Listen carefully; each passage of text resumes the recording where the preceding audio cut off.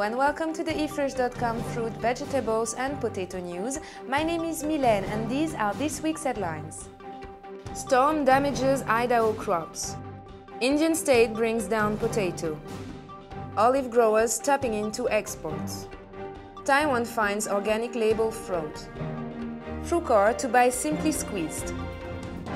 Some farmers in southeastern Idaho say hail damage and record rainfall damaged some crops and could reduce overall yield.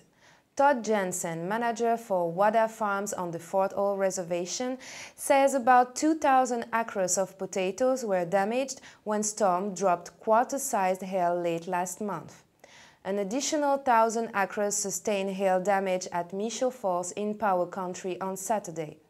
Jensen predicts some fields will see a 60 to 80% reduction in yields. That, in turn, could mean fewer harvest jobs in this year. Bilbo, an extension educator for the University of Idaho in Bingham County, said the wet weather means potato growers could also see an increase in dry rot, stem blackage and stem canker, as well as late blights.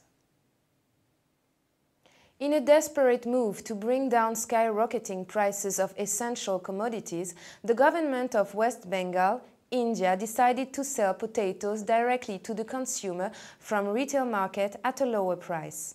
Every consumer would be entitled to buy 2 kilograms at a time. Currently, potatoes are being sold in city markets at 15 to 16 rupees per kilogram. The finance minister said the state would procure potatoes directly from the cold stores at a rate of 12.5 rupee per kilogram, and they would be sold at 13 rupees per kilogram, which includes the cost of transportation. He said if required, the state would give subsidy to sell potatoes at a lower rate. However, he also mentioned that before the facility is launched in the district authorities have been asked to take required measures to bring down the price of potato. Australian olive growers battling a shrinking local market are trying to export to Asia in a bid to combat an oversupply of produce. Encounter Olives Australia director Robin Schleid says cheap overseas imports are making it tough for local growers to compete with about 90% of the olive oil sold in Australia produced abroad. Several growers attended the country task force meeting to voice their concern about the future of the local olive industry. One of them told the meeting the federal government needed to develop Australian standards for oil to limit the amount of imported products allowed into the country. Under the Canadian Food and Drugs Act, all imported olive oil is tested and those containing vegetable oil or olive pomace oil are rejected. With a similar system, opportunities would open up for local growers.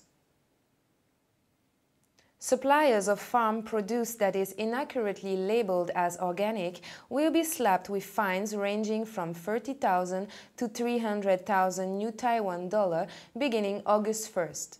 The Council began to implement new regulation on organic farm produce and processed agricultural products on January 31st, but offered a grace period so that local manufacturers and retailers could adjust their product labeling.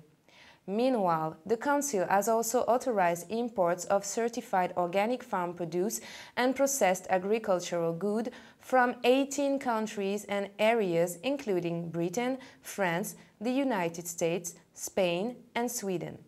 Certifying organic livestock and processed products from Australia, New Zealand and the United States are also allowed to enter Taiwan.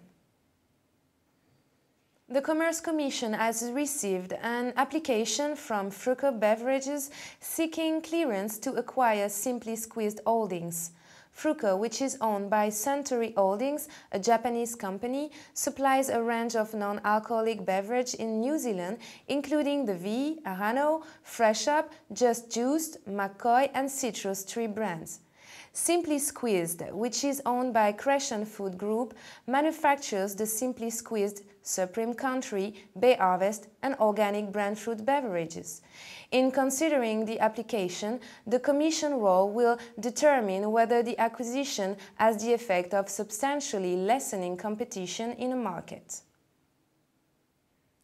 Thank you for watching the efresh.com fruit, vegetables and potato news. See you next time.